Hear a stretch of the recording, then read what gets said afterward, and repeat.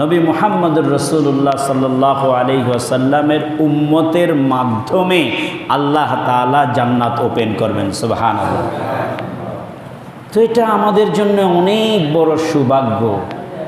তো আমাদের জন্য এই সৌভাগ্যটাকে আমাদেরকে ধরে রাখতে হবে।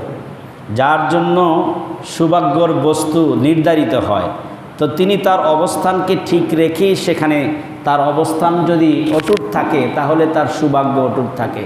যার জন্য মানুষ মর্যাদার চেয়ার নির্ধারণ করেছেন, কিন্তু তিনি যদি এমন আচরণ করেন যে আচরণ দ্বারা মর্যাদা ক্ষুণ্ণ হয়, তাহলে সেই আচরণের মাধ্যমে তার জন্য যে মর্যাদার চেয়ারটা রেখেছে সেই চেয়ারের মান আর তিনি রক্ষা করতে পারলেন না, বরং তার ভিন্ন আচরণের কারণে যতটুকু সম্মান তিনি পাওয়ার কথা ছিল তার চেয়ে আরও বেশি দুর্নামী হয়ে গেল। তো জনাবে মুহাম্মদুর রাসূলুল্লাহ সাল্লাল্লাহু আলাইহি ওয়াসাল্লামের এই উম্মতের অনেক সুনাম। কিভাবে সুনাম? যে উম্মতের কথা, এই উম্মতের কথা আল্লাহ তাআলা আল্লাহর আরশ পর্যন্ত আলোচনা করে। সুবহানাল্লাহ।